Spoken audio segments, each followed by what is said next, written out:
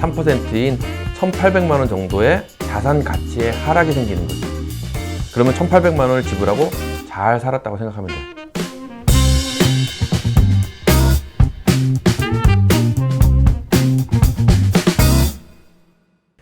전세제도가 우리나라에서만 존재하는 유일한 제도라는 말을 들어본 적이 있지. 모든 게임은 게임의 룰을 주도하는 사람이 유리하게 세팅이 되는 경향이 있어. 당구를 쳐도 실력대로 점수를 놓고 치지만 마지막에 쿠션을 친다고. 그만큼 잘 치는 사람이 조금 유리하게 세팅이 되는 거야. 골프를 쳐서 우리가 내기를 할 때도 점수대로 승패를 가리는 것처럼 보이지만 중간에 배판이라는 제도를 만들어 가지고 결국은 잘 치는 사람이 유리하게 세팅이 된다는 거지. 실력에 따라서 페널티나 어드밴티지를 주는 경기를 보면 꼭 예외의 규칙들이 있다는 거야. 그 예외의 규칙이 일반적으로는 룰을 주도하는 사람에게 유리하게 세팅이 된다는 거지.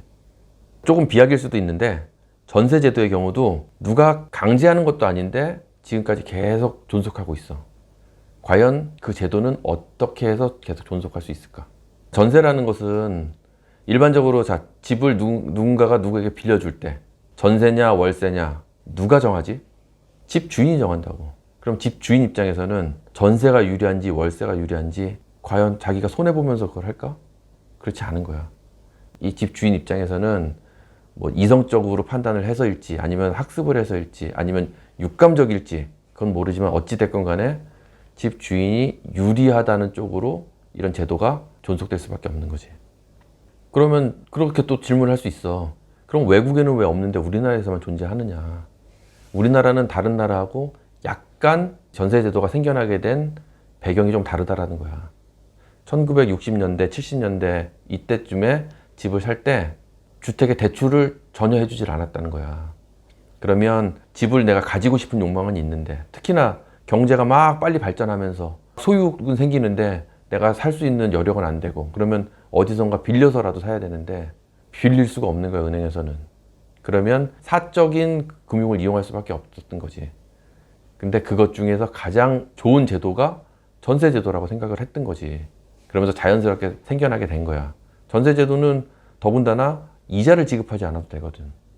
자, 혹시 근로소득으로 자본소득을 추월할 수 있다고 아직도 그렇게 생각하는 사람들이 얼마나 있을까? 정말 특별한 경우 빼고 뭐 몇몇이야 있을 수 있지만 월급만 차곡차곡 모아서 미래 걱정 없이 사는 사람이 과연 몇이나 될까? 우리는 이미 육감적으로 자본소득이 소중하다는 걸 느끼고 있으면서도 알고 있어. 그런데도 애써 부정하고 있다는 거지. 간혹 집값이 상승하지 않는 시기가 있긴 하지만 전세금을 받아서 은행에 고스란히 넣어두는 집주인은 거의 없지. 은행이자 뭐 요즘 같아서 진짜 재미없거든. 그 자금으로 사업을 하든 아니면 그 차액만큼만 가지고 집을 소유하든 집값의 상승분은 집주인이 온전히 다 가져간다는 거야.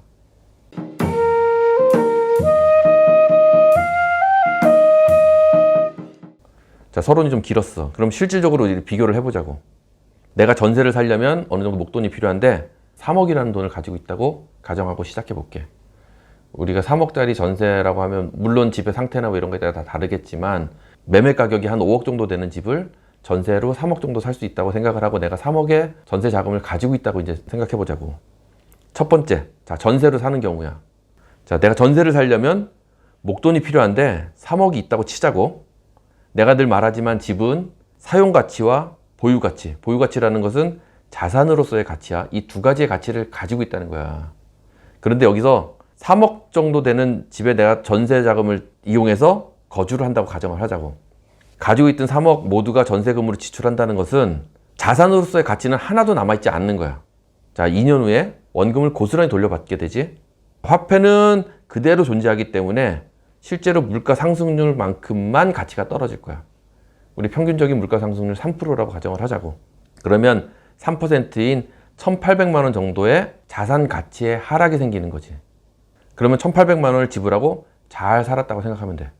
자, 여기에다가 조금 더 비약해서 2억 정도를 전세자금 대출을 받아서 5억짜리 전세에 살면 그 2억에 대한 2년 대출이자 대략적으로 한 1,200만 원 정도 더 지출하게 되는 거야.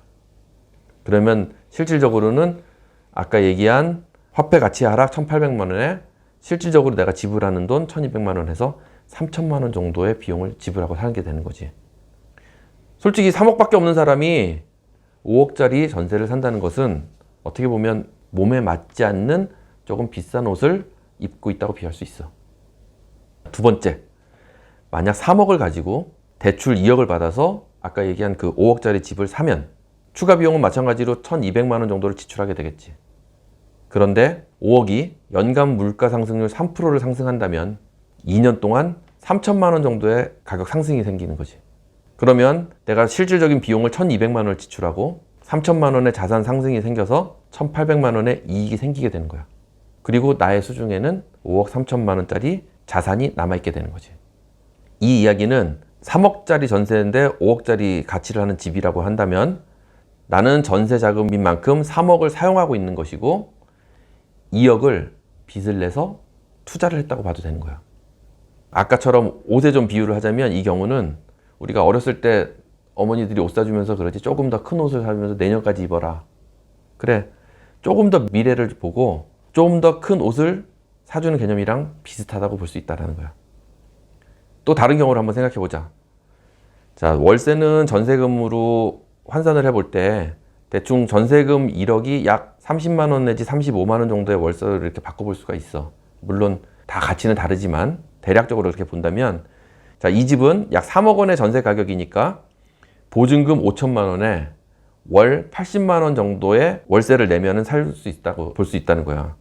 그러면 보증금 5천만 원을 사용했으니까 여윳돈이 2억 5천만 원이 생기게 되겠지. 그러면 아까 얘기한 비율대로 따져보면 전세 3억 7,500만 원을 끼고 있는 6억 2,500만 원짜리 집을 살 수가 있어. 자, 2년 동안 월세 비용은 1,920만 원을 지출하고 6억 2,500만 원이 3% 상승한다고 보면 2년 후에는 6억 6,250만 원짜리 집을 가지게 되는 거야. 이 경우는 1,920만 원을 비용으로 사용하라고 2억 5천을 투자를 한 거지. 이건 또 옷으로 따지자면 새 옷을 나중에 입기 위해서 지금 입지 않고 아껴둔 거랑 비슷한 개념이라고 볼 수 있을 것 같아.